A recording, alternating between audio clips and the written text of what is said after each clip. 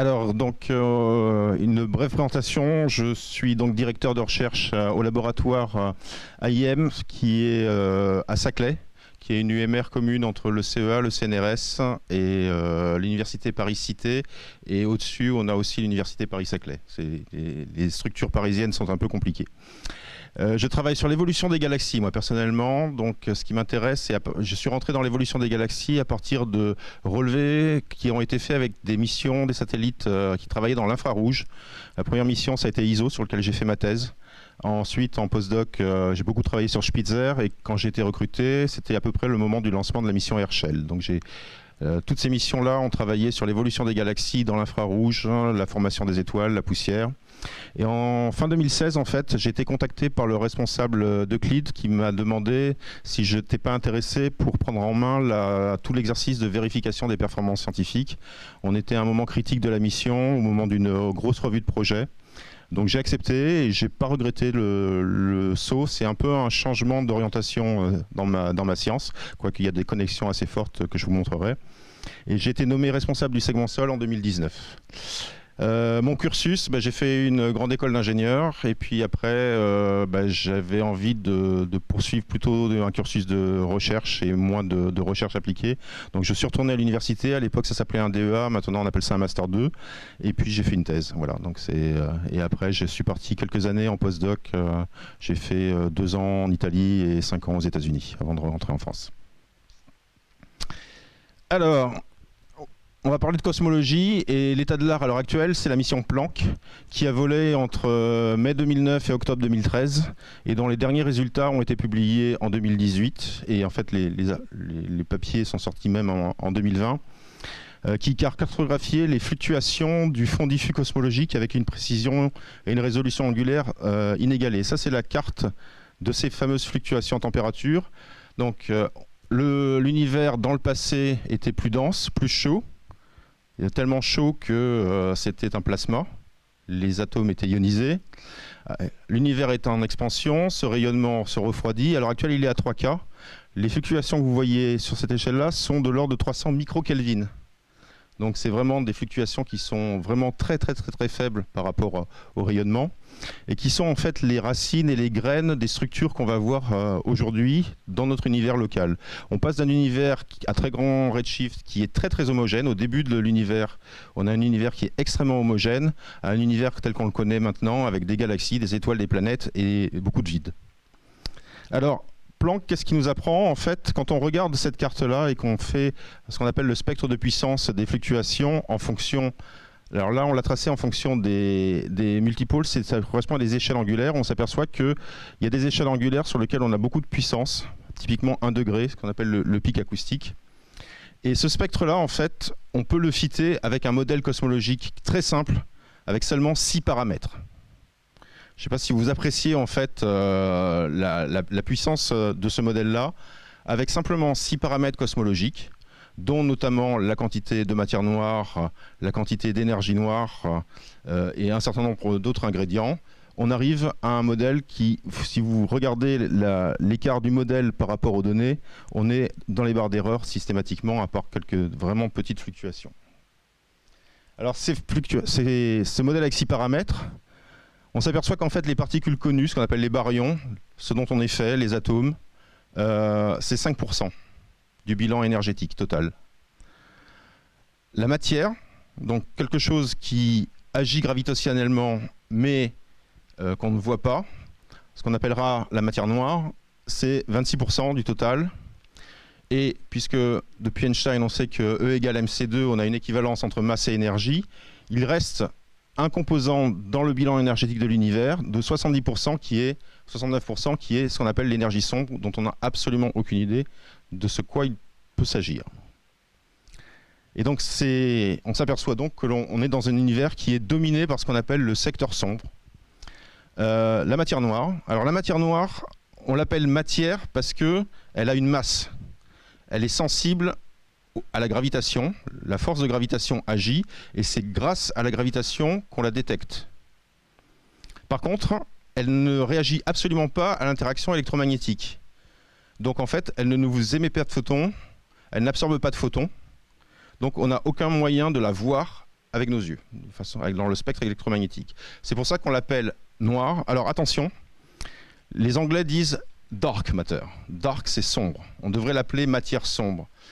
Parce qu'il faut faire attention, la matière noire, ce ne sont pas... Alors, c'est une hypothèse, ça pourrait être, c'est une des théories, mais a priori, ce ne sont pas il ne faut pas confondre trou noir et matière noire. La matière noire, ce sont des particules exotiques, dont on n'est pas encore trop... les modèles, de nombreux modèles existent pour pouvoir nous expliquer ce dont il peut s'agir. On n'a pas de détection directe à ce jour de ce que c'est. Et ça correspond à 26% du bilan en énergie. Et puis énergie sombre, c'est quelque chose qui a pour effet que l'expansion de l'univers s'accélère. Donc l'univers est principalement contient pas mal de matière. Et donc normalement, sous l'effet de son autogravité, c'est un univers en expansion, et puis la gravitation devrait quand même jouer au bout d'un moment, et donc cette expansion devrait décélérer, être de moins en moins rapide au cours du temps. Et on s'aperçoit en fait, on s'en est aperçu en regardant des explosions de supernova, que en fait l'univers réaccélère. Et à partir d'un redshift de 1 à peu près, on a une phase d'accélération, et cette accélération, c'est l'effet de cette énergie sombre. Alors qu'est-ce que ça pourrait être? Est-ce que c'est de la constante cosmologique? Est-ce que c'est l'énergie du vide? Alors là, les physiciens ont un peu un souci parce qu'il y a 122 ordres de grandeur entre les prédictions de la physique des particules et la valeur qu'on mesure quand on mesure la valeur de cette constante cosmologique. Est-ce qu'il faut modifier la gravitation? Tout ça, c'est des questions qu'on veut se poser en fait et pour lesquelles il nous faut des réponses. Et donc, c'est l'objectif de la mission Euclide. C'est la mission Euclide, on veut mesurer précisément le contenu de l'univers en matière noire et en énergie noire à différentes époques. Et là, la relativité générale va venir à notre secours parce que c'est très difficile de mesurer la composante énergétique. On n'a pas de mesure directe de matière noire. Par contre, la géométrie de l'univers est complètement dictée via cette équation d'Einstein par le contenu énergétique de l'univers. Ici, on a la métrique, la constante cosmologique, le tenseur énergie-impulsion. Et finalement, mesurer la géométrie de l'univers, c'est mesurer la quantité de matière noire et d'énergie noire, et de baryon, mais c'est que 5%, qu'on a à chaque époque de l'univers. Et la mission Euclide, c'est principalement ça, c'est mesurer précisément quelle est la géométrie de l'univers à différentes époques. Alors comment on fait pour mesurer la géométrie de l'univers? Eh ben, on fait comme on a fait pour la Terre, on arpente. On arpente, on veut mesurer quel est le rayon de la Terre et la longueur de l'arc du méridien entre Dunkerque et Barcelone, ce qu'on a fait au moment de la Révolution française, entre 1792 et 1798. Et ben, pour le faire, qu'est-ce qu'on fait? On triangule, on prend des triangles à la surface de la Terre, on mesure des angles entre des clochers, des choses qu'on peut voir facilement de loin. Et puis, quelque part au niveau de Melun, on a mis patiemment des toises pour mesurer la base d'un des triangles. Et après, avec quelques calculs de géométrie, on arrive à mesurer cette distance-là. Et ça a été la première définition du mètre. C'était 1/10 du quart de la mesure du méridien. C'était la première définition en se disant on va trouver une définition universelle du mètre. Et ben pour l'univers, c'est un peu la même chose. On va faire exactement la même chose. On va mesurer des angles et on va utiliser des règles. Alors comment on fait ça? Mesurer des angles, c'est quelque chose qui est très très facile. Vous avez un télescope, vous avez des CCD, vous avez des détecteurs qui sont absolument hyper précis. Et donc, comparer des distances d'étoiles, c'est mesurer des nombres de pixels entre des étoiles. On arrive à faire des mesures d'une redoutable précision. Ce que je vous montre là, c'est une image vraie, obtenue sur des vraies données du plan focal Euclide, donc avec ces 36 CCD. Et ce que vous voyez là, c'est les résidus astrométriques entre la position théorique des étoiles et la mesure qu'on obtient. Et vous voyez qu'on est plutôt autour de l'ordre de 5 milliarcs-secondes. Milli-arcs-secondes. Donc, c'est vraiment des angles qui sont très très petits. Alors, milliards-secondes, c'est, il paraît, un ballon de foot à la distance de New York vu d'ici ou quelque chose comme ça. Enfin, les gens ont toujours des... C'est vraiment très fin. Par contre, il va falloir qu'on utilise une règle. Alors, j'ai passé un peu de temps là-dessus, parce que c'est quelque chose qui est amusant et important. On a besoin d'une règle, et cette règle, ça va nous être donné par la physique. La physique qui nous dit que les lois de la physique sont les mêmes absolument partout. Et cette règle, elle va nous venir de la physique de l'univers jeune. Et c'est ce qu'on appelle les oscillations acoustiques de baryon. Alors, vous avez ici un graphique qui a été fait par monsieur Eisenstein en 2005, qui vous montre en fait le rayon en fonction du rayon en mégaparsec d'une perturbation que vous auriez dans le plasma primordial. Donc l'univers jeune est chaud, vous avez un plasma d'atomes d'hydrogène, donc de protons et d'électrons, vous avez des neutrinos, vous avez de la matière noire et vous avez des photons. Parce qu'on est dans un univers très chaud, les photons sont émis et immédiatement réabsorbés par le plasma. Donc leur libre parcours moyen est très faible, et donc tout ça est en équilibre. Et imaginez maintenant que vous avez ce plasma, et à un endroit donné, vous allez augmenter très légèrement la densité, et regardez ce qui se passe. Vous pouvez imaginer la même chose à 2 dimensions. Vous prenez une feuille, une peau de tambour, vous le montez. Qu'est-ce que vous allez avoir? Vous allez avoir une vibration et vous allez avoir la propagation d'une onde acoustique. Et c'est exactement ce qui se passe ici. Vous avez votre densité qui va se propager. Alors qu'est-ce qui se passe en fait ici? Vous avez un gaz de protons et d'électrons. Et ce que vous allez voir en fait, alors je repars. On attend que ça redémarre. Ce gaz de photons et de protons, il s'en va. Et les neutrinos, eux, qui n'ont aucune interaction, fuient complètement. Donc vous avez votre onde qui se propage. Par contre, la matière noire reste sur place, puisqu'elle ne ressent pas l'interaction électromagnétique. Et elle crée un puits de potentiel. Au bout d'un moment, vous allez découpler l'univers refroidi, vous allez découpler les photons et vos électrons, et vous allez recombiner votre plasma. Qu'est-ce qui se passe à ce moment-là? Les photons sont libres de partir. Oups, pardon. Les photons sont libres de partir. Et il ne vous reste donc plus que votre gaz de matière, de baryon, et votre matière sombre. Alors, regardez bien, il y a un moment, attention. Top, les photons vont partir. Et il me reste ma perturbation de gaz qui maintenant est recombinée. Qu'est-ce qui se passe? Le gaz retombe sur la matière noire et la matière noire tombe sur le gaz. Et au final, vous allez vous retrouver avec cette petite perturbation de densité qui est due au fait que la matière sombre est tombée en direction du gaz et que le gaz, donc là, retombe vers la matière sombre. Mais qu'est-ce qui se passe? Il y a cette petite perturbation de densité qui va finir par se stabiliser et qui va rester.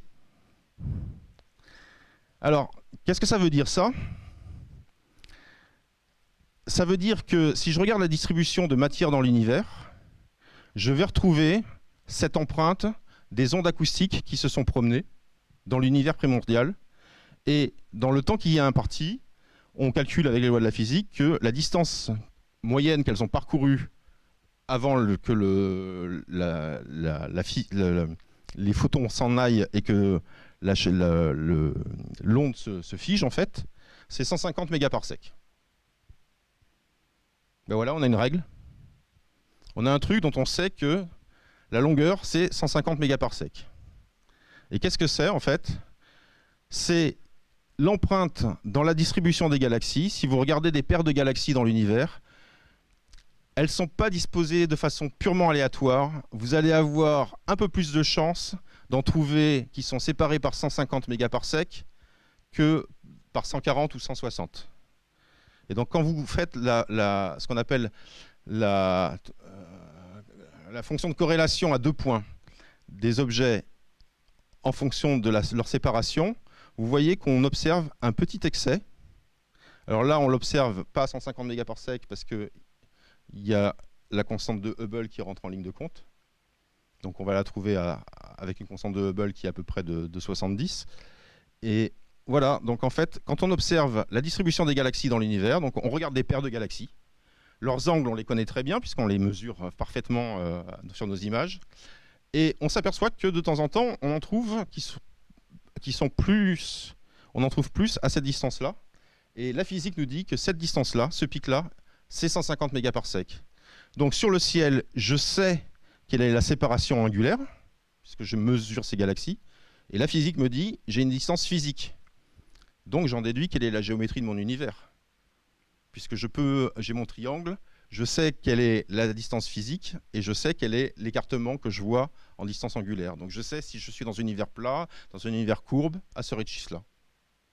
Est-ce que vous avez à peu près voyez le truc? Et ça a été fait dans le relevé, le Sloan Digital Sky Survey en 2005 par Eisenstein à bas redshift. Euclide, on veut le faire jusqu'à des redshifts de 2, typiquement, entre redshift de 1 et redshift de 2. L'autre mesure qu'on va faire, c'est du cisaillement gravitationnel. Alors la matière, en fait, qu'elle soit matière baryonique ou matière noire, on a dit qu'elle était sujette à la gravitation. Donc elle va déformer, via l'équation d'Einstein, l'espace-temps. La lumière, les photons, suivent des géodésiques de cet espace-temps. Et donc en fait, ce sont des trajectoires particulières. Et donc imaginez que vous avez une source, que vous avez un autre objet qui a une masse, et que vous êtes ici en train de l'observer.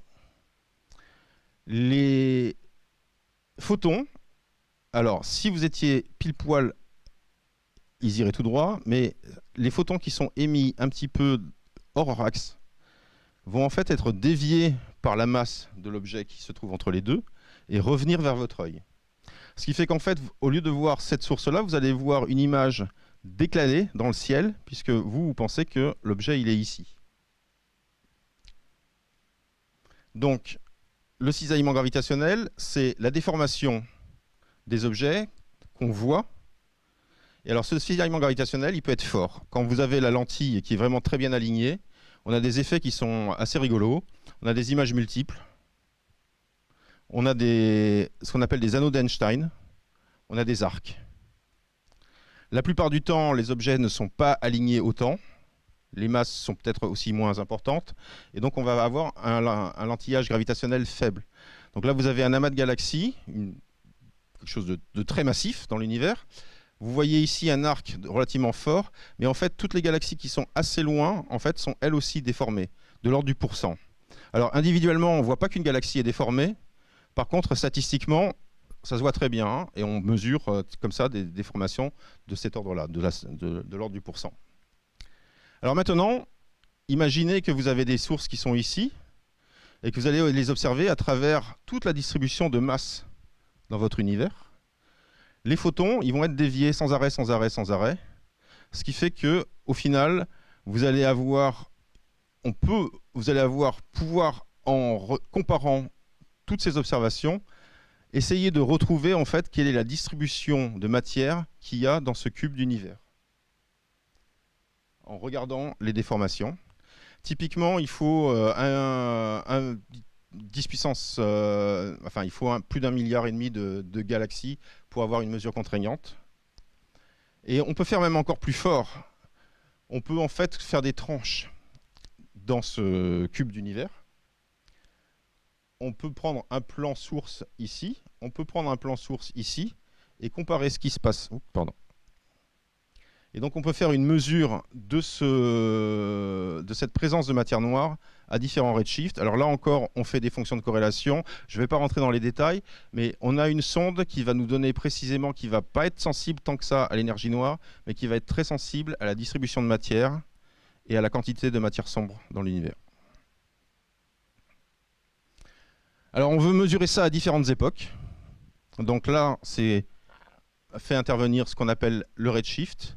Donc le redshift, c'est du fait de l'expansion de l'univers,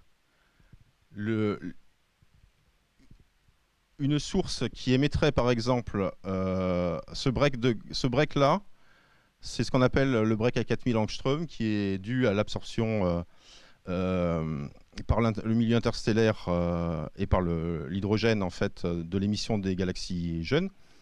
Il se trouve à 4000 angstrom, à z égale 0. Imaginez une galaxie qui se trouve dans l'univers lointain. Les photons qu'elle émet vont exhiber le même type de spectre, mais par exemple, quand l'univers avait une taille qui était la moitié de ce qu'elle est d'aujourd'hui. Ces photons-là vont nous arriver avec un redshift de 1. Donc un décalage vont être doublés.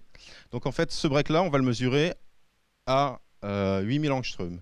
Ici, vous avez par exemple cette galaxie-là qu'on observerait à z égale 8.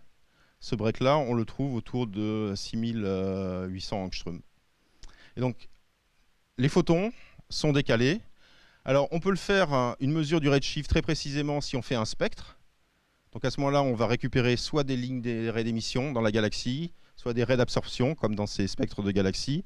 Et on va immédiatement pouvoir dire, bon, ben, cette raie d'absorption-là, c'est une raie de l'hydrogène. Je connais quelle est sa longueur d'onde de repos, je l'observe à telle longueur d'onde, je sais qu'elle a été émise à telle époque. Et donc comme ça, on va pouvoir faire nos mesures à différentes époques. Alors après, faire des spectres, c'est coûteux. On ne peut pas en faire pour toutes les galaxies. Par contre, on peut faire de l'imagerie facilement. Et on peut faire de l'imagerie dans toutes sortes de filtres. Donc, sélectionner un domaine de couleur particulier. Et ça va nous donner un spectre du pauvre. Parce que vous comprenez bien que si j'observe cette galaxie verte-là, dans la bande U, je ne vais pas avoir beaucoup de flux. Dans la bande G, je ne vais pas avoir beaucoup de flux. Par contre, dans la bande R, je vais avoir du flux. Puisque le spectre monte pile poil entre la bande G et la bande R. De même, dans la bande I, je vais avoir du flux. Et donc comme ça, je vais pouvoir dire, cette galaxie, elle doit être à peu près à un redshift de 0,4.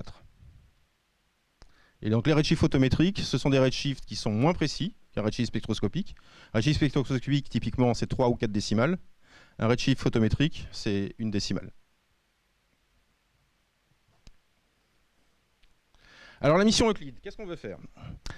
On veut mesurer la géométrie de l'univers à différentes époques en utilisant donc le Galaxy Clustering, c'est ces mesures de BAO, ce qu'on appelle, je vais l'appeler Galaxy Clustering parce que, alors je suis désolé, il y a des termes, c'est pareil, Redshift.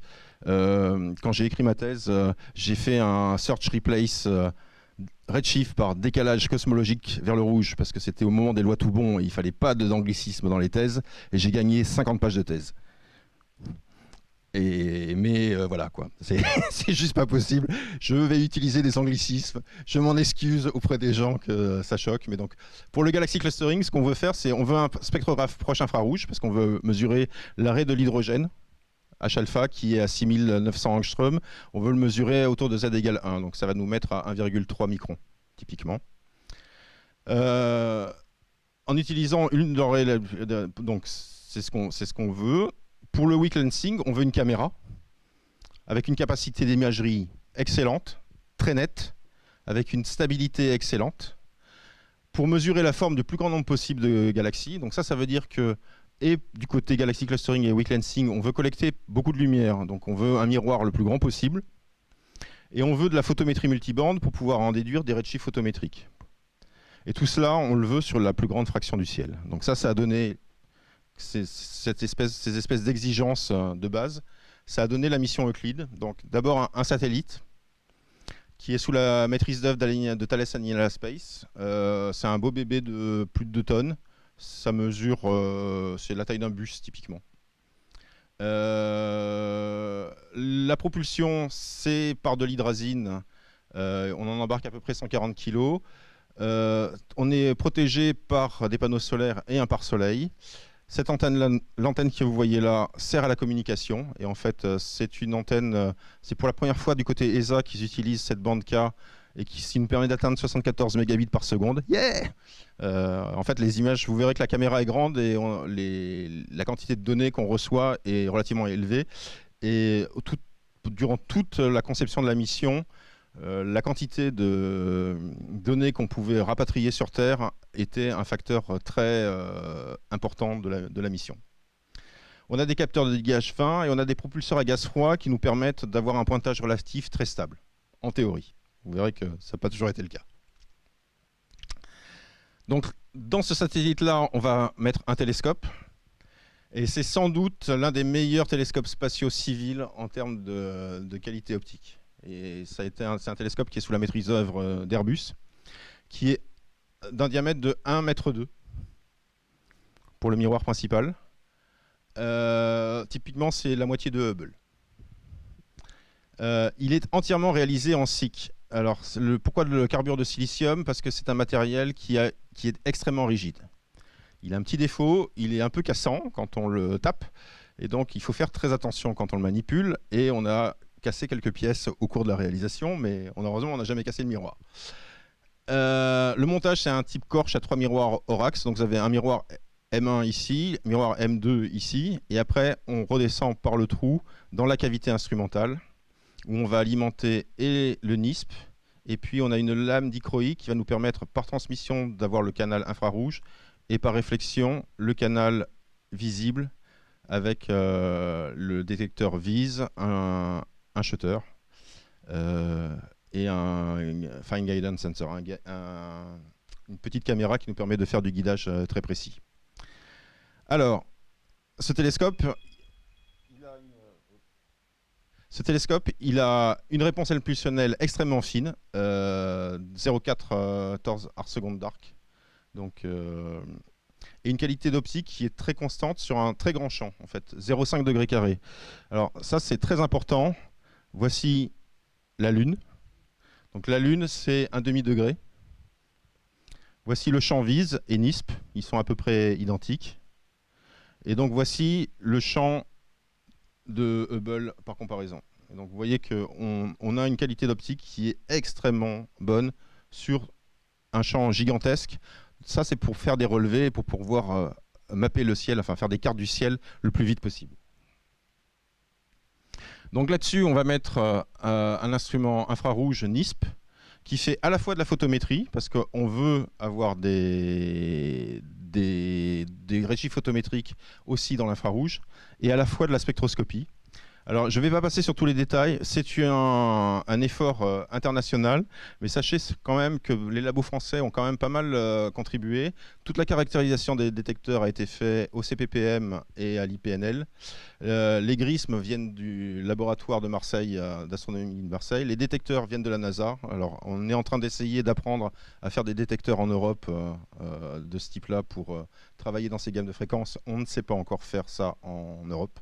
Donc là, c'est les Américains qui nous fournissent et qui sont donc entrés dans la mission. Les cryomécanismes viennent du CEA. Et voilà, donc c'est ce joli bébé. Vous avez ici les roues à filtre et à grisme, et au fond le plan focal. Le plan focal qui consiste de 16 détecteurs. Teledyne 2048 par 2048, c'est à l'heure actuelle le plan focal le plus gros qui existe sur un télescope dans l'espace. Même les plans focaux du JWST ne sont pas aussi gros. Et puis vous avez l'instrument VISE. Donc ça, c'est une caméra 36 CCD, c'est très beau, qui ont été fournis par E2V. La conception a été faite au CEA, les chaînes de lecture viennent de UCL, l'IAS a fabriqué la source d'étalonnage en vol. On a l'Italie qui fournit pas mal d'éléments de la chaîne de processing, et l'intégration a été faite au CEA, dans les chambres, dans les pièces, les chambres propres. Alors, là où je vous parle des soucis qu'on a, c'est que voilà, on est à 600 gigabits par jour. C'est beaucoup, et donc avec un champ de vue qui est d'un demi-degré carré, 0,78 par 0,73. Et puis il y a un troisième instrument, parce que vous aurez remarqué une chose, c'est que VISE n'a pas de filtre, n'a pas de roue à filtre. On fait une image en une seule bande très large pour collecter le maximum de photons et avoir le meilleur signal sur bruit sur nos mesures de forme. Mais donc il va falloir avoir tous les filtres que je vous montrais quand je vous parlais de redshift photométrique, il va falloir les obtenir avec des mesures au sol. Et donc ça, c'est fait par des télescopes au sol, notamment le Canadas France Hawaii Telescope, le Subaru, Blanco, et bientôt le LSST qui va venir qui va entrer en action. Et voici donc typiquement, on consomme non seulement la mission Euclide, mais aussi plus de 800 nuits d'observation, tout télescope confondu. Donc ça, c'est un énorme effort qui a été consenti par les partenaires Et par exemple, vous avez ici Subaru qui est le télescope à Hawaï des Japonais. Donc Subaru a une vitesse de mapping dans ces filtres-là qui est relativement bonne.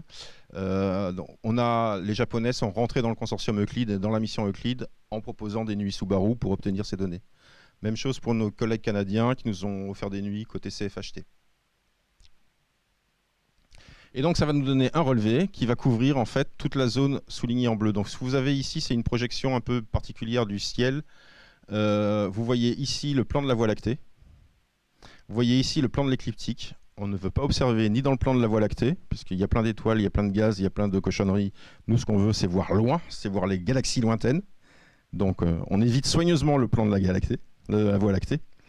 Et puis on évite soigneusement le plan de l'écliptique parce qu'il y a de la poussière et donc ça rayonne éclairé par le soleil et donc il rayonne dans l'infrarouge. Donc ça nous augmente notre fond de ciel et ça nous augmente notre bruit. Donc à ce moment-là, on est moins sensible. Et donc on observe vraiment ce qu'on appelle le ciel extragalactique où on évite soigneusement aussi nos voisins des nuages de Magellan parce que voilà, donc on a ces 4 zones. Typiquement, on va passer 65% du temps à faire le wide survey. Et puis, le reste du temps, ça va être des calibrations on va observer des champs profonds. On va faire des calibrations et on est une mission qui est très sensible aux systématiques, donc on fait beaucoup de calibrations. On passe plus de 13% de notre temps, 14% de notre temps à faire des calibrations. Et les champs deep, les champs profonds, on les observe aussi en tant que calibrateur en fait. Donc tout ça pour lutter contre les systématiques. Je regarde où j'en suis. Alors une chose qu'il faut noter aussi, c'est que pour exploiter toutes ces données, on va avoir besoin de comparer à des simulations avec différents paramètres cosmologiques. Et il va falloir, en fait, pour interpréter les observables, les confronter à pas mal de simulations. Et donc on a un effort conjoint au sein du consortium pour produire des simulations de l'univers qui sont absolument gigantesques, qui ont tourné sur les simulations qu'on utilise ont tourné sur les supercalculateurs qui se trouvent en Suisse, qui est assez haut dans le ranking mondial, et ce qu'on appelle la Euclid Flagship Simulation. Et c'est la deuxième qu'on en fait. Là, vous voyez en fait typiquement un output de cette simulation dans l'univers local, où on voit en fait la structure filamentaire de l'univers, les galaxies qui ont tendance à se regrouper en amas de galaxies, et sinon être le long de filaments. Et on comprend bien que quand on fait une fonction de corrélation dans ce type on ne va pas trouver quelque chose d'aléatoire, et on va trouver justement ces pics qui correspondent à des distances 250 mégaparsecs.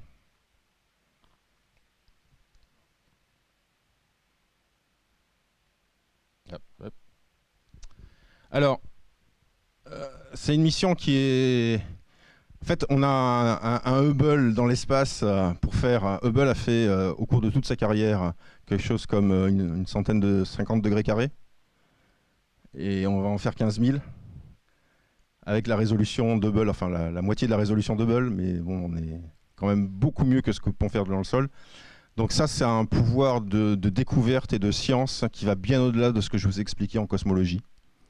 Les collègues qui font les galaxies proches, on a un télescope qui est très peu sensible à la lumière, qui a très peu de stray light. Alors comment on dit ça en français, en bon français, si vous avez une étoile très brillante, on a mis Vega à 10 arcs-minutes hors champ, vous voyez l'araignée, la trace de diffraction de l'araignée, mais il n'y a aucun halo. Le télescope est vraiment d'une propreté. Et donc, grâce à ça, ça vous permet d'accéder à toutes les structures. Vous voyez, la galaxie, elle est là, en fait. Mais vous avez toutes les structures à brillance de surface très basse qui ressortent très facilement. Donc, l'étude du gaz lointain dans la galaxie, les amas globulaires galactiques. Vous allez regarder un amas globulaire galactique, ce sont des objets, donc ce sont des amas d'étoiles qui sont très très gros, il y a plusieurs millions d'étoiles. Les plus proches de nous, en fait, sur le ciel, c'est des objets qui sont, mine de rien, qui sont quand même assez gros. Là, vous allez à Hubble, quand vous observez un amas globulaire, vous allez en voir un tout petit bout. Avec Euclid, vous faites l'amas globulaire d'un coup et vous comptez individuellement toutes les étoiles. Donc là, pareil, les gens qui font de l'évolution des étoiles, parce que c'est des objets qui sont très intéressants pour eux, c'est des étoiles qui ont toutes le même âge. Donc en fonction de la masse, après, ils peuvent discriminer comment ça se passe pour les modèles, etc. Et puis, dans l'univers lointain, puisqu'on va faire des champs deep, on va s'intéresser à chercher des quasars très distants, donc des noyaux de galaxies, des trous noirs supermassifs qui ionisent l'univers et qui sont peut-être à l'origine de l'ionisation. Et donc, avant Euclide, donc l'imagerie proche IR profonde, on en avait 13,5 degrés carrés, et principalement avec HST. Avec Euclide, on en aura 14 500. Des amas massifs de galaxies à z égale 1, on en connaît un millier, on pense qu'on en aura 500 000. Les quasars à z égale 7, on en connaît 10, à 8, on n'en connaît pas encore. Avec Euclide, on pense qu'on va monter à 100 et 8. Donc vraiment, les lentilles gravitationnelles fortes. Donc vous voyez tout le pouvoir multiplicatif qu'a Euclide par rapport à plein de cas scientifiques qui ne sont pas seulement de la cosmologie. Alors, donc là c'était qu'est-ce qu'on veut faire avec Euclide? On a fait un design d'une mission et arrive le jour J, le lancement. Le 1er juillet 2023, on a lancé avec une Falcon 9 depuis Cap Canaveral. En fait, initialement, Euclide devait être lancé avec une Soyuz. Et on a passé une année 2022-2023 assez compliquée. Il s'est passé un truc en 2022, c'est que la Russie a envahi l'Ukraine. Ça a fait une petite bisbille et les Russes ont quitté Kourou. Donc il n'y a plus de Soyuz. Donc plus de lancement d'Euclide. Et de façon assez incroyable, la première réaction, ça a été on va lancer, vous lancerez avec Ariane 6. Ariane 6 n'a pas encore effectué un tir. Donc on a un petit souci côté des programmes Ariane 6. Donc en fait, les agences nationales ont fait leurs calculs. Vous mettez Euclide au frigo parce qu'il était prêt, il était monté, tout était prêt. Pendant quelques années, le temps qu'Ariane 6 soit prête et les équipes en attente, etc., ça coûtait plus cher que de payer un lancement via la NASA avec une Falcon 9. Beaucoup plus cher. Donc en fait, la décision a été prise et c'est le premier lancement. En fait, de temps en temps, la NASA, comme participation à une mission, dit je paye le lancement. Mais ça, Euclide, c'est le premier lancement en fait où les impôts européens, des gens, des citoyens d'Europe ont payé un lancement à une compagnie privée américaine. C'est une première, mais honnêtement, ça nous a sauvé la mission.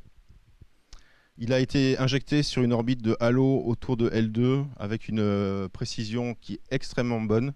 On a économisé énormément. C'est comme le JWST avec Ariane 5 qui a été lancé avec une grande précision. Donc du coup, on a consommé beaucoup moins d'hydrazine. Donc du coup, on sait qu'on pourra avoir une durée de mission qui sera beaucoup plus longue que prévu. Et donc Euclide, il est parti en direction du point de Lagrange 2.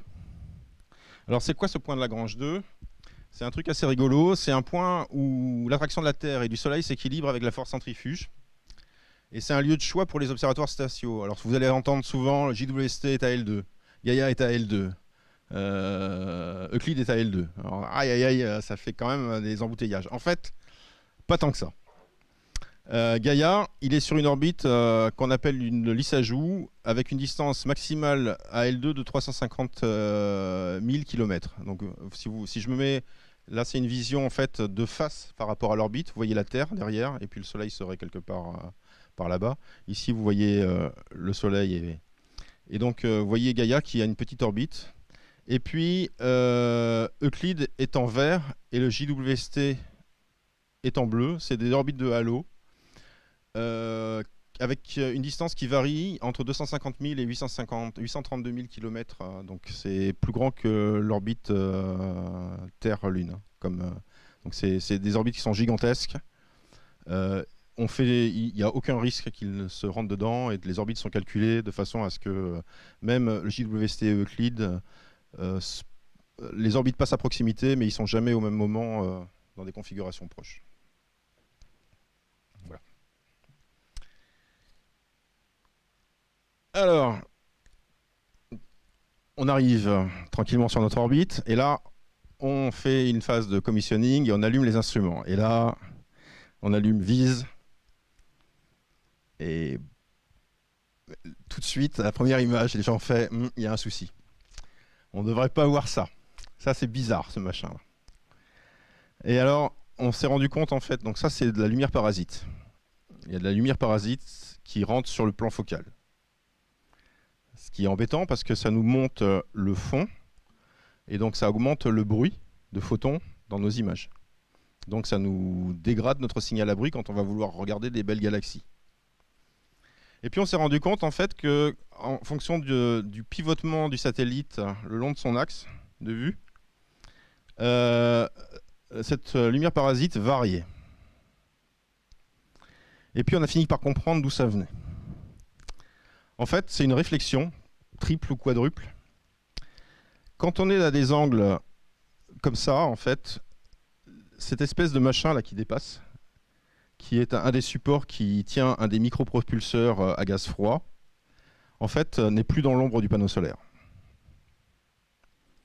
Et il est au bout, mais il va réfléchir de la lumière sur l'arrière du panneau solaire, et puis après, il y a peut-être un trou dans le millard qui enveloppe tout ça, et ça arrive sur le plan focal d'Euclide. Alors, on était bien embêtés, jusqu'à ce qu'on trouve qu'en fait, si on observait à des angles de telle sorte que le satellite, qu'on tourne le satellite de façon que cette chose-là reste toujours dans l'ombre, on avait un niveau de Straylight. Alors, il y a toujours un peu de lumière qui rentre, mais beaucoup moins élevé, et qui ne nous dégrade pas nos performances scientifiques. Donc, on a dû refaire en catastrophe un design de tout le relevé, en s'interdisant d'aller explorer tous ces angles-là, et en ne travaillant qu'avec des angles entre moins 3 degrés et moins 7 degrés. Donc ça nous met des contraintes sur un moment de l'année donnée, quels sont les objets qu'on peut observer, et beaucoup plus étroit que ce qu'il était initialement. Donc on n'arrive pas par exemple à faire un survey. Normalement la mission c'était 6 ans pour faire 15 000 degrés carrés. On ne peut plus faire de relevés qui atteignent 15 000 degrés carrés en 6 ans. Mais comme on n'a pas consommé beaucoup de choses et qu'on a une durée de vie probablement beaucoup plus longue, on pense bien que on va nous laisser faire 15 000 degrés carrés en 7 ans. Mais bon, ça pour l'instant, on verra. Ensuite, on s'est rendu compte que de temps en temps, le guidage fin qui était super stable, il n'était pas si stable que ça. Voilà un petit florilège d'observation où dans une pause de 700 secondes, cette étoile-là s'est promenée un petit peu partout. Donc là, clairement, on a des problèmes de pointage. Alors le pointage, en fait, il est dû à... Alors, ça, c'est un des plus beaux. On a fait un joli cercle. Le satellite a...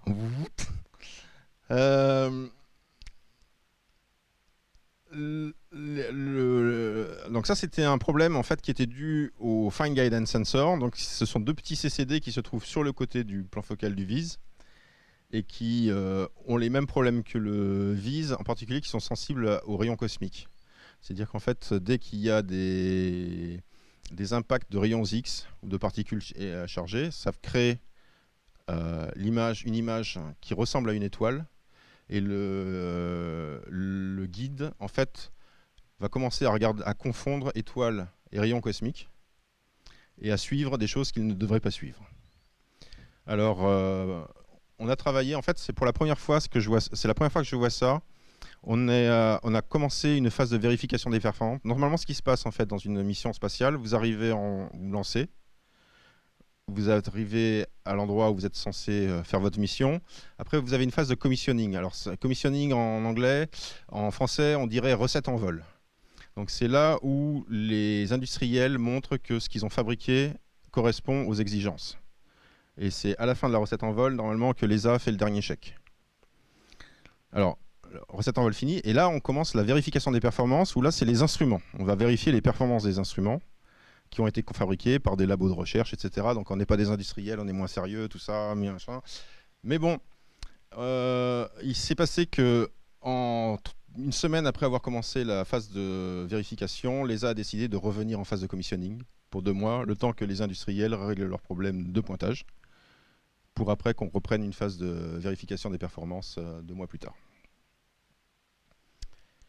Au final, ça a été réglé. Comment ça a été réglé? On a augmenté le temps d'exposition des FGS, des Fine Guideline Sensors, de façon, donc on perd un petit peu potentiellement en réactivité, mais on a gagné en signal à bruit, ce qui fait qu'en fait on est beaucoup moins impacté par les rayons cosmiques. On a de temps en temps encore que le petit sursaut, mais globalement on est revenu au niveau des exigences. Alors, la troisième surprise a été celle-là. Voilà une image ce qu'on appelle un dark, c'est-à-dire une image qu'on prend pour mesurer le courant d'obscurité des détecteurs. Et puis, tiens, c'est pas normal qu'on voit ça là. Qu'est-ce que c'est que ce truc-là? On dirait des fils, on dirait une structure en hexagone, etc. On dirait une radio des panneaux solaires. Que s'est-il passé? Il se trouve qu'à ce moment-là, il y avait une éruption solaire. Et le soleil nous a envoyé une bonne bouffée de rayons X. Et normalement, on devrait être complètement isolé par les panneaux solaires. Il se trouve qu'il y a des petits trous entre les panneaux et qu'on voit très bien ces petits trous. Et en fait, les X solaires passent très bien. Et donc, en fait, quand on a ce type d'observation, et je vous rappelle que nous sommes en direction d'un maximum solaire, donc des éruptions solaires, il y en a de plus en plus tous les jours. Donc à chaque fois qu'on a ça, en fait, on perd une partie du plan focal. Il est impossible de travailler sur ces CD-là. Par contre, tous ces CD-là, on peut parfaitement travailler. Aussi cette zone-là, on masque cette zone-là, tout le reste de l'image est absolument nickel, il n'y a aucun souci. Mais on a ce problème de rayons X. Et alors le dernier, c'est pour ça que je n'avais pas envoyé mes slides à l'avance, c'est qu'on a eu aussi de la contamination avec de la glace. Alors en fait, qu'est-ce qui s'est passé? On s'est rendu compte qu'on avait une perte de flux. Donc ça, ce que je vous montre ici, c'est les magnitudes de toujours les mêmes étoiles sur un champ de calibration en fonction de la date. Et vous vous rendez compte que quand on compare le flux VIS par rapport le flux dans l'instrument VIS par rapport au flux Gaia, en fonction de couleur d'étoiles, donc les étoiles bleues sont ici, les étoiles rouges sont ici, eh bien on perd en flux. On a de moins en moins de photons qui nous arrivent dessus. Et donc ça c'est typiquement de la contamination. On se rend compte aussi que l'écart, la baisse est plus prononcée dans le bleu que dans le rouge. Et puis on s'est rendu compte en regardant les images parasites qu'il y avait des effets intéressants. Alors ça c'est ce qu'on appelle un ghost. C'est une réflexion en fait, vous avez l'image de ces étoiles-là. Il va y avoir une réflexion sur le front du CCD, va repartir vers une optique et va revenir sur le CCD, ce qui fait que vous allez avoir une autre image un peu décalée et complètement hors focus. On a fait la photométrie de ces ghosts et on se rend compte qu'au cours du temps, la brillance de ces ghosts diminue. Et ça, c'est très très indicatif qu'on a un problème de diffusion. Donc on aurait de la glace d'eau qui se déposerait quelque part sur nos optiques. Ou on avait quelques petites idées. Et donc on a lancé une campagne de décontamination. Donc voici une image du plan focal. Donc je vous avais montré ce diagramme-là. En fait, quand on regarde le plan focal, la cavité instrumentale d'au-dessus, vous avez, que je m'y retrouve, vous avez le VIS qui est là, vous avez l'entrée du NISP qui est là, la dichroïque se trouve ici, le FOM3 qui est le miroir qui replie entre la dichroïque et le VIS, il est ici et il est ici, et le M3, ce miroir-là est ici. Et alors, on s'est dit, on va commencer, on a la possibilité de chauffer certains éléments. On va commencer par chauffer ces deux-là, qui sont relativement loin des autres, pour lesquels il y a peu de risques. Si jamais... Le problème en fait qu'on a, c'est que si vous avez entendu parler de la mission Gaia, Gaia avait un problème de contamination, eux ils avaient perdu 2 magnitudes dû à la glace. Nous on a 0,15 magnitude, on a un problème beaucoup moins. On est au niveau de contamination, parce qu'on a fait très attention avant le lancement, mais on est au niveau de contamination où Gaia est à l'heure actuelle. Gaia est stable, donc ça ne les gêne pas pour leur science. Nous, on est instable et on a des exigences sur la qualité de PSF qui fait que si on a des couches de glace dont l'épaisseur change un petit peu, ça va nous rendre la tâche très difficile. Donc, on procède par phase, et puis on va... Oups, où est-ce que j'en suis? Non, non, non, non, non. On procède par phase, et puis on va commencer par réchauffer ces deux-là, en se disant, bon, on va les réchauffer. Alors, on est dans l'espace, on n'a pas besoin de monter à zéro. C'est de la glace d'eau, elle va se sublimer vers... On est à 160 moins, on est à 160 K, elle va se sublimer à moins 160 ici, elle va se sublimer à moins 120. Donc on chauffe à peine un petit peu, de façon à remonter la température de ces éléments. En faisant très attention, on a gardé le shutter de vis protégé de façon à éviter...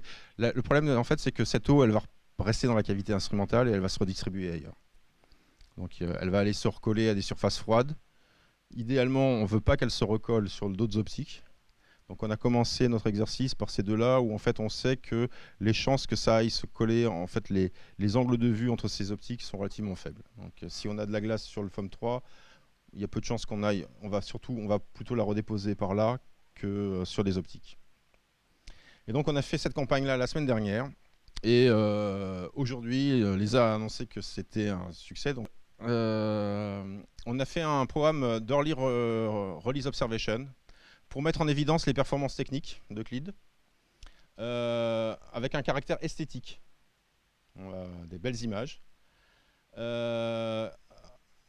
Mais tout en disant il faut qu'il y ait un intérêt scientifique. Alors les observations ont été réalisées en mode standard, donc le même type d'observation que ce qu'on fait quand on fait le relevé.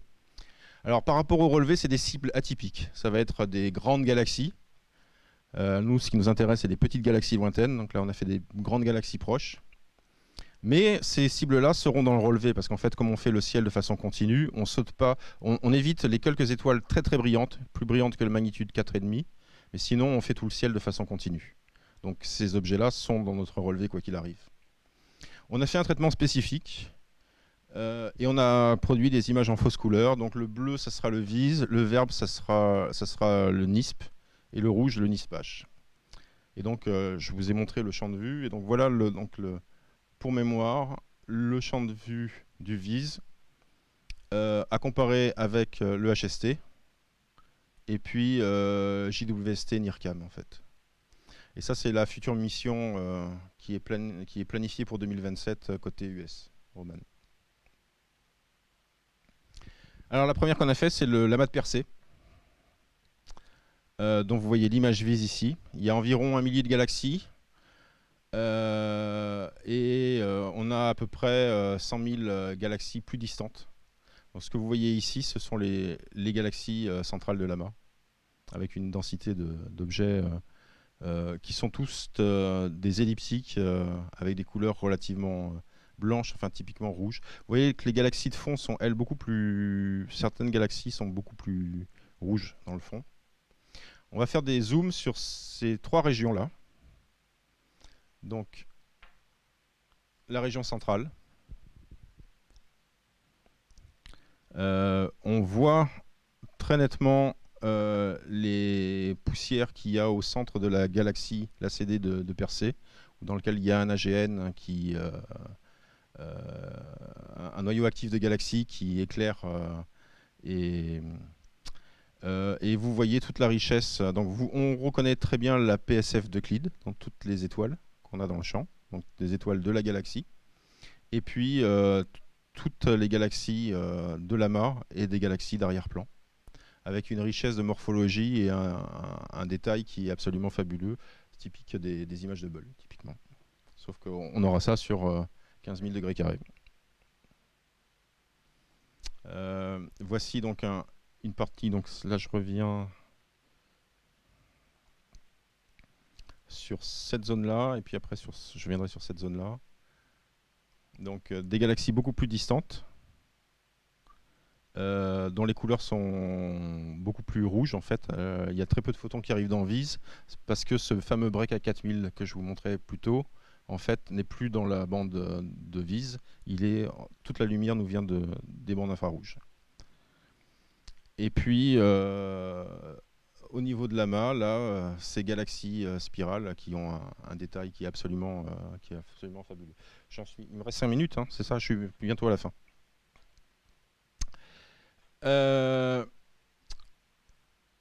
Un exemple de galaxie proche, la galaxie spirale IC342. Donc ce que vous voyez ici, c'est des étoiles et donc voici la galaxie. Et quand on fait un zoom sur cette partie-là, on va se rendre compte que on voit les étoiles individuelles des galaxies proches, ce qui va nous permettre pour les étoiles les plus brillantes de faire des populations, des étoiles, des études de population d'étoiles. On voit aussi des compagnons, potentiellement des galaxies, des compagnons diffus naines de cette galaxie. Donc ça, c'est en cours d'étude. Et ce sont des découvertes en cours par Euclide. Et puis, toute une population de galaxies d'arrière-champ dont on va évidemment chercher à mesurer les caractéristiques. Alors, sachant que quand on a une galaxie, qu'on est aussi proche d'une galaxie proche, en fait, on sait qu'il y a du gaz et de la poussière interstellaire de cette galaxie-là qui vont occulter légèrement ces galaxies d'arrière-plan. Donc je pense que pour les études cosmologiques, ce sont des galaxies qu'on va laisser de côté. L'amas globulaire NGC 6397. Alors là, voilà, vous avez en un shot tout l'amas, et puis vous pouvez compter les étoiles individuelles, comme je vous disais. On va faire un petit zoom. Et donc voilà la richesse avec les galaxies toujours d'arrière-plan, un ghost qui n'a pas été masqué par le traitement, donc une réflexion parasite. Et donc ça, c'est toute la chaîne de traitement travaille là-dessus. Donc vous pourrez trouver plus d'images et d'informations sur le site de l'ESA. Je voudrais quand même montrer quelques spectres. On a des soucis au niveau du processing des spectres. On est un peu en retard là-dessus, mais on a quand même deux spectres à vous montrer. Donc voici en fait une image brute de spectre Euclide. Alors Euclide prend des spectres sans mettre de fente sur les objets. Normalement, quand vous avez un spectrographe et qu'on travaille, on s'arrange pour mettre des fentes à l'endroit des objets pour lesquels on veut prendre les spectres, de façon à pouvoir isoler les spectres. Dans Euclide, en fait, on ne fait pas ça, on a juste le réseau et le grisme qui fait la diffraction, ce qui fait que tous les spectres se chevauchent les uns les autres. Et c'est toute la difficulté du travail d'analyse après, c'est qu'on fait des poses avec différentes orientations, ce qui fait que les chevauchements ne sont pas tout à fait les mêmes entre les 4 poses. On fait 4 poses. Et à partir de ça, il faut reconstruire le spectre sans les chevauchements. Et arriver à reproduire un spectre dans lequel vous auriez une belle détection de H-alpha. Alors, voici le spectre qu'on a utilisé pour la calibration en longueur d'onde. C'est un spectre d'une nébuleuse planétaire qui se trouve dans le nuage de Magellan, qui est compacte. Alors, ce n'est pas la nébuleuse de la Lyre. La nébuleuse de la Lyre. Les nébuleuses planétaires, ce sont des nébuleuses, ce sont des étoiles en fin de vie qui expulsent les couches externes de l'étoile avec un fort rayonnement UV qui va ioniser tout ce gaz-là et faire ces magnifiques couleurs. Donc, vous voyez des couleurs qui sont dues à l'oxygène, à tous les atomes lourds qui ont été produits par l'étoile. Et vous regardez un peu cette série de lignes Paschen. On a des lignes de l'hélium, on a des lignes, donc toute la série de Paschen. On peut faire une calibration sans problème de nos spectres avec ça. Un dernier mot pour vous parler du processing qui est distribué. Donc en France, le centre de calcul qu'on utilise, c'est le CCI N2P3. On travaille en fait avec l'architecture qui avait été utilisée par le CERN, la grille de calcul. Donc c'est des machines qui ne sont pas toujours adaptées à nos besoins, mais qui ont le mérite d'être là. En astro, en fait, quand on fait du processing, on n'a pas besoin de beaucoup de calculs, mais on a besoin de pas mal d'entrées-sorties, puisqu'on a beaucoup d'images. Par contre, au moment où on fait des fonctions de corrélation, on a des énormes inversions de matrice, et là, les fermes de calcul avec des nœuds qui ont quelques gigas de données, c'est plus vraiment utile. Ça nous pose quelques problèmes. Aussi, on aimerait bien utiliser des méthodes de data-driven, enfin ce qu'on appelle d'intelligence artificielle. Et donc pour ça, il nous faudrait on va utiliser, on est en cours de développement des fermes avec des nœuds GPU dessus. Et donc les données du satellite arrivent en Espagne. Alors toute la mission est contrôlée depuis Darmstadt à l'ESOC. C'est là que la télémétrie est reçue. Puis après, les données arrivent au centre d'Euclide à Villafranca, qui est ici et non pas ici, à côté de Madrid. Et après, dispatcher en fonction de la position sur le ciel dans les différents centres de calcul. Trieste pour l'Italie, le CCNDP3 à Lyon, le Genève pour la Suisse. Et puis il y a un IPAC en Californie par exemple. Il y a Édimbourg en Alain. Donc vous les avez tous là. Voici notre calendrier pour la publication des observations. On est vraiment poussé par l'ESA pour tenir les délais. On va publier les Early Release Observations, on les a publiés en 2024. On a sorti les images. En mars 2025, on aura les premiers 50 degrés carrés du relevé. Alors, mars 2025, sachant qu'on a déjà engrangé 250 degrés carrés depuis février, depuis qu'on a commencé le relevé.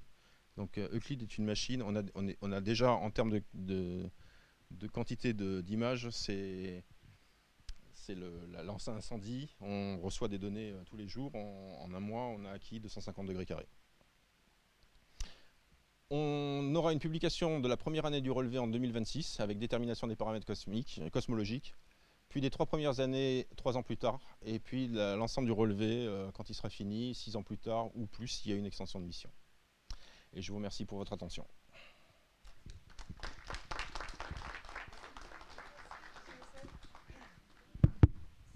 C'est bon. Merci, Monsieur Haussel. Vient le temps des questions et des réponses. Je ne sais pas si le public a des questions. Moi, j'en ai tout plein.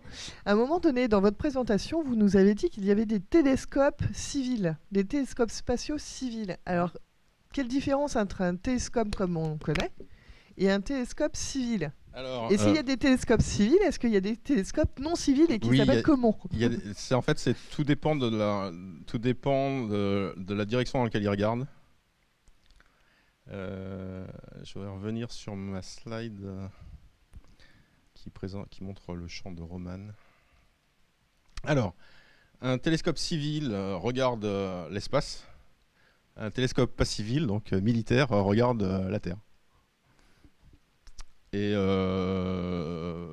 donc on sait quelle est la qualité d'image des télescopes civils, on sait que les militaires ont des télescopes qui sont d'une qualité redoutable, avec des dispositifs d'optique adaptative qui sont excellents.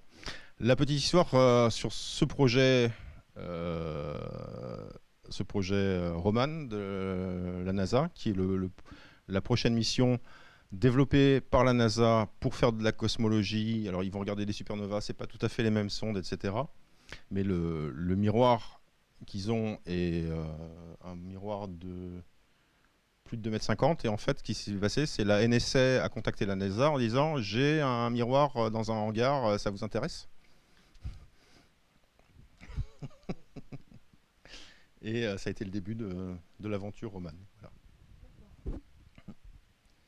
Est-ce qu'il y a d'autres questions?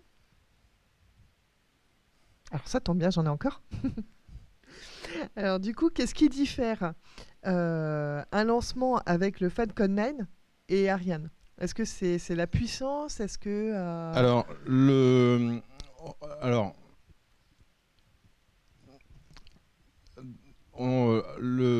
sinon c'était Soyuz. Alors initialement, on devait faire une Soyuz. En fait, le design de la Falcon 9 et de la Soyuz est pas très différent. La difficulté, en fait, c'est chaque lanceur a un profil de vibration un peu différent. Il y a toujours des vibrations au moment du lancement. Et on connaît le profil de ces vibrations. Et donc, quand on conçoit des instruments, en particulier mécaniquement, on tient compte de ce profil de vibration et on évite d'avoir des résonances. Et on construit, tout au cours de la mission, on construit des modèles de test qu'on va faire vibrer pour vérifier que, en cas de lancement, avec un lancement avec un profil de vibration tel que celui d'une Soyuz, vous ne cassez pas tout. On avait eu ce problème sur Herschel. Je pourrais vous raconter l'anecdote après. Et le problème, c'est que vous changez de fusée, vous passez sur une Falcon 9 qui n'a pas le même profil de vibration. Alors, il y a des adaptateurs. Qui est en fait la pièce qui se trouve entre le satellite et la fusée, sur lequel on peut monter des systèmes pour amortir, essayer de faire en sorte que les vibrations soient tolérables. Mais par contre, des fois, c'est pas possible en fait. Et donc là, le truc qui est vraiment fabuleux, c'est que l'ESA et SpaceX ont vraiment tout mis en œuvre de façon à faire des études à une vitesse. En 6 mois, les études étaient faites et on savait quand le lancement était faisable, combien il fallait mettre sur la table, etc. C'était assez impressionnant. Bien, merci. Alors, Oui. attendez. Oui, une question. Comment on répartit les matières noires dans la galaxie? Alors, c'est une bonne question. Alors, je vais essayer de. Alors, la matière noire telle qu'on la simule et telle qu'on l'observe, c'est des halos. Donc, vous imaginez dans un. En fait, on a des évidences qu'il y a de la matière noire à l'échelle, par exemple, de la Voie lactée, parce qu'on observe la courbe de rotation des étoiles. Et on s'aperçoit qu'en fait, quand on est loin, au lieu d'avoir une vitesse de rotation qui baisserait parce que le potentiel diminue en 1 sur R2, la courbe reste plate. Et en fait, ce qu'on imagine, c'est que le disque de la galaxie est dans un halo de particules de matière noire qui est relativement sphérique et dans lequel la galaxie est plongée, en fait, avec un profil de densité. Alors, c'est des profils c'est Monsieur Navarro, Frank and White qui ont fait des études de simulation numérique pour voir quel était le profil de densité de ces halos-là, pour lequel on a enfin, comment dire, c'est un profil en fait qui décroît exponentiellement quand on s'éloigne du centre. Mais j'ai plus l'équation en tête. Mais étant donné qu'elle est 7 fois plus importante que la matière baryonique, on pourrait pas en trouver au sein des étoiles aussi? C'est des puits gravitationnels, elles auraient dû concentrer. Alors, ce qui se passe en fait, c'est que on sait peser divers objets. Alors, par exemple, on sait peser une galaxie, on sait compter quelle est la quantité d'étoiles, on les voit les étoiles, on sait mesurer la quantité de gaz neutre, H1, on a des radiotélescopes, on mesure le H1. On sait mesurer la quantité de poussière, on a des satellites infrarouges, on mesure la quantité de poussière et on fait la somme. Et puis on regarde à l'échelle d'une galaxie et typiquement le facteur qui manque, c'est un facteur 4 ou 5. Quand on va sur des amas de galaxies, là on sait mesurer pareil la quantité d'étoiles, on voit les galaxies. On a en plus du gaz intra-amas, donc ça c'est un plasma d'hydrogène en fait, sur lequel on voit l'émission en X des électrons. Donc ça, on sait aussi mesurer la densité.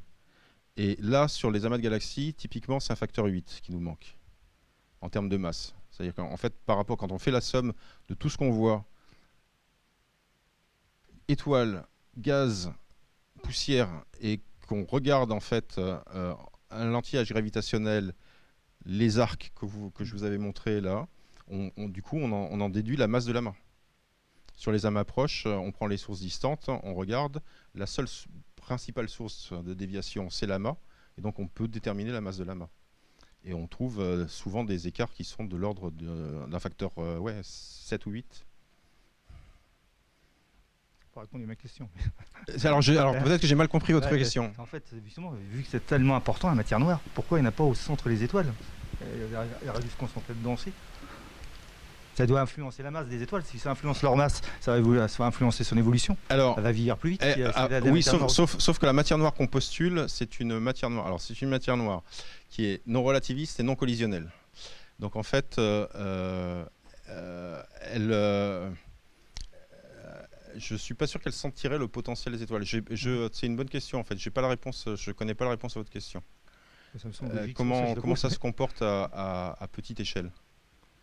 Parce qu'en fait, on regarde souvent le problème à très grande échelle, à l'échelle d'une galaxie, en fait. On a cherché, on a cru qu'on avait trouvé des signatures de matière noire dans notre système solaire, au moment où, en fait, on s'était rendu compte que l'accélération de la sonde Pioneer était pas comparable à ce qu'on attendrait. Et en fait, on s'est rendu compte qu'en fait, non, il n'y a pas de problème. C'est bien à l'échelle du système solaire. On n'a pas de problème de masse manquante.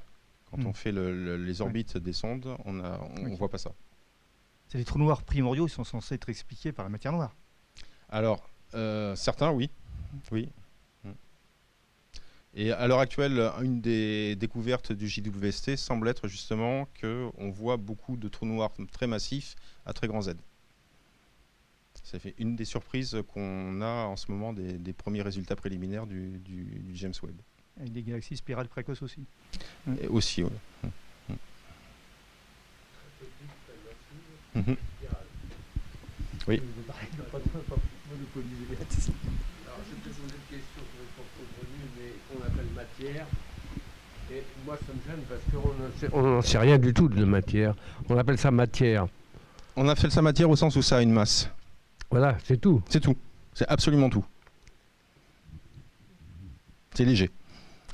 Avez-vous des contradicteurs sur la masse, Alors, sur la matière noire? Parce qu'il y en a qui n'y croient pas. Je ne citerai personne, mais bon. Alors, il y a des gens qui ne croient pas. Moi, en fait, j'ai plus de doutes sur l'énergie noire, très honnêtement. Il n'est pas impossible qu'on soit dans la même situation qu'à la fin du 19e siècle, où il faille remettre en cause la théorie, et parce qu'on cherche des réponses, on rajoute des ingrédients ad hoc dans le modèle. C'est pas exclu, il faut garder l'esprit ouvert. L'avantage d'Euclide, en fait, en particulier l'avantage de la sonde avec les redshift, c'est qu'on va tester aussi la relativité générale. Je m'explique. Quand on a des structures qui se forment, en fait, la façon dont elles s'effondrent sur elles-mêmes et les lois d'échelle qu'elles suivent sont dictées par la relativité générale, et on sait si la relativité générale est correcte, on sait mesurer en fait la loi d'échelle qui décrit en fait l'évolution de la taille des structures et de la masse des structures en fonction du redshift. Si on trouve quelque chose de différent, on aura une signature très claire que c'est un problème de théorie de la relativité et pas un problème d'énergie noire ou de masse manquante. Alors sur la matière noire, on a encore des secteurs entiers, des pans entiers de types de particules sur lesquels on n'a aucune contrainte en détection directe. Et il y a des manips qui sont faites régulièrement pour chercher en fait en détection directe. De façon en fait observationnelle en fait, et les courbes de rotation des galaxies et le cisaillement gravitationnel, on voit une masse. De ce côté-là, il n'y a pas à tortiller. Et alors, certaines personnes proposent des modifications de la gravitation, des lois de gravitation aussi. On verra. On verra si ça tient, et si ça tient à des échelles cosmologiques. Mais oui, en fait, c'est des questions qui sont très perturbantes, et sur lesquelles je pense qu'il faudra à un moment ou à un autre se poser la question, est-ce qu'on n'est pas en train de se fourvoyer? Et c'est typiquement ce genre de mesure très précise qui nous donnera aussi des indications sur qu'est-ce qu'on est en train de voir en fait. 2031, on aura bien avancé. Oui, je pense, oui. Alors justement, Euclide a été lancé en 2023 pour 6 ans. Il en est où actuellement? Alors justement, on vient de commencer en février 2024 le relevé, après avoir fait toutes les phases de calibration initiale, etc. Donc en un mois, on a engagé 250 degrés carrés. On acquiert des données pendant 6 ans. Donc en fin février 2025, on aura acquis 2500 degrés carrés, ce qui va nous faire l'objet de la première release de données, la première détermination de paramètres cosmologiques, avec 2500 degrés carrés. Et puis au bout de 6 ans ou un peu plus, on atteindra les 15 000 degrés carrés, qui est la totalité du ciel utile en fait pour la science. Après, tout le reste, il y a la galaxie, et on ne gagne pas en signal sur bruit en fait. Mais il y a de la belle science à faire. Après, on a des consommables, je crois qu'on peut durer pour plus d'une dizaine d'années. Donc il y aura des appels à projets pour utiliser Euclide pour observer d'autres choses. Notamment, il y a des gens qui font du microlensing, qui seraient intéressés par regarder le centre galactique pour voir des événements de microlensing, en préparation de la mission Roman aussi, en collaboration avec la mission Roman. Il y a des gens qui font des objets du système solaire, qui aimeraient bien regarder plus près du plan de l'écliptique, mais qui font de la détection automatique dans les images de choses qui bougent. Ma question, c'était, vous êtes combien à travailler sur ce projet? Alors, le consortium Euclid, il y a 1500 personnes. En France ou Non, dans le monde. D'actifs, je dirais qu'on est plutôt autour de 400 personnes, 500 personnes. Mais oui, typiquement, quand on a un meeting... J'avais mis dans ma dernière slide la photo du consortium meeting d'Oslo. Donc voilà, quand on se réunit, et ça c'était post-Covid, donc il y avait encore pas mal de gens qui étaient online et qui n'avaient pas osé se déplacer. Mais donc vous voyez à peu près. Et donc il y a à la fois des théoriciens pour les modèles de cosmologie, pour les modèles de modification de la gravitation, etc. Il y a des spécialistes du traitement de données comme moi, il y a des instrumentalistes. Alors les gens qui ont construit les instruments sont en train de passer à autre chose en fait et d'aller vers la prochaine mission, et les gens comme moi qui travaillent sur les données sont en plein boom. Et elle a commencé quand cette mission? Donc là la mission a été commencée 5 jours après. Officiellement elle a commencé au moment du lancement, au 1er juillet 2009. Non, mais je veux dire la conception. Ah, la conception. Alors l'adoption d'Euclid, c'est en 2012 si je ne m'abuse. Donc ça, c'était le moment où l'ESA a dit « Ok, je vous signe le chèque, on fait la mission, on construit ». Et donc les phases préliminaires, en fait, initialement, c'était 2 missions. Il y avait une proposition qui s'appelait Dune, qui émanait du CEA, pour faire du weak lensing. Et une mission qui s'appelait Space, qui était italienne, et qui était pour faire de la spectroscopie. Et l'ESA a dit « Les deux nous intéressent, mais vous faites une seule mission avec les deux ». Et c'est comme ça que l'instrument NISP est arrivé, qui fait de la spectro. Alors à l'époque, on devait faire avec des DIMS, c'est-à-dire en fait le même système qu'il y a sur NIRSpec pour faire les sélections de cibles. Et Dune qui faisait du weak lensing, avec un très grand plan focal. Et donc ça je sais pas, moi, Dune, ça existait déjà quand je suis arrivé à Saclay en 2005. Donc voilà, c'est des temps très longs, le spatial. Il faut qu'on ne lance que des technologies éprouvées. Il faut valider toutes les technologies.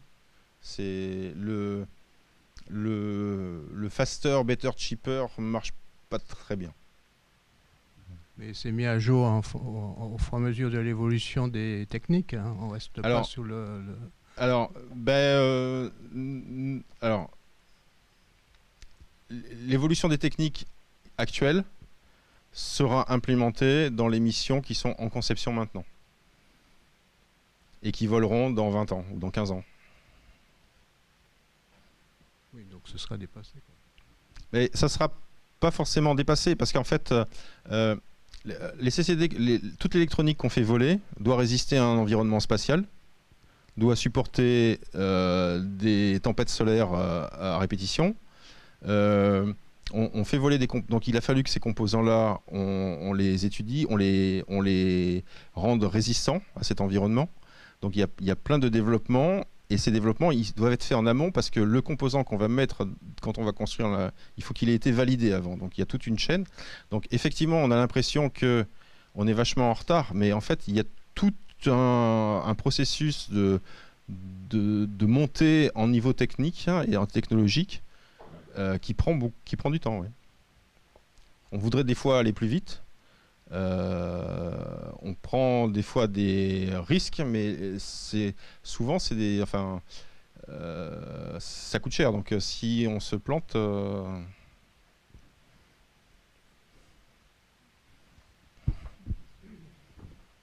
attendez.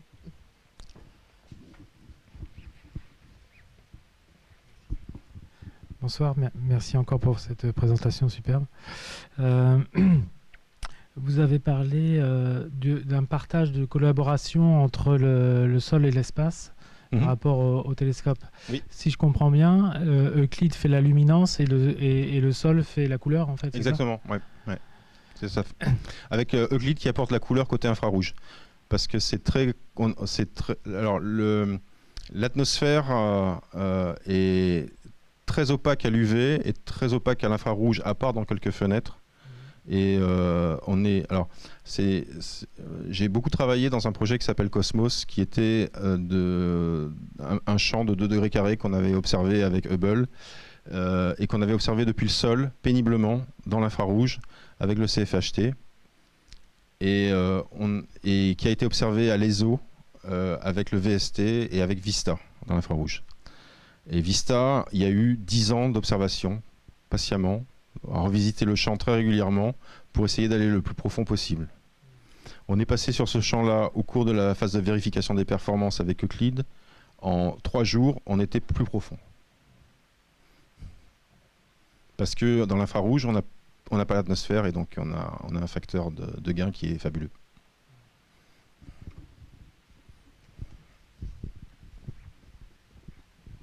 Madame ? Oui, bonsoir. Moi, une question peut-être un peu basique. Comment faites-vous pour être sûr que quand Euclide, c'est une espèce de caméra, filme le ciel, il est sur une trajectoire elliptique. Donc quand il filme quelques secondes. Comment... Non, en fait, on fait des observations pointées. Donc Euclide, en fait, il a une orbite relativement lente et il a une attitude qui est très stable, en fait. Donc je vais choisir de pointer dans cette direction-là. Mettons que les panneaux solaires sont comme ça.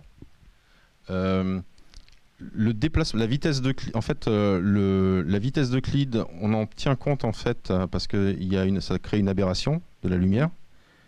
Donc quand on fait l'astrométrie, on tient compte de la vitesse de déplacement d'Euclide.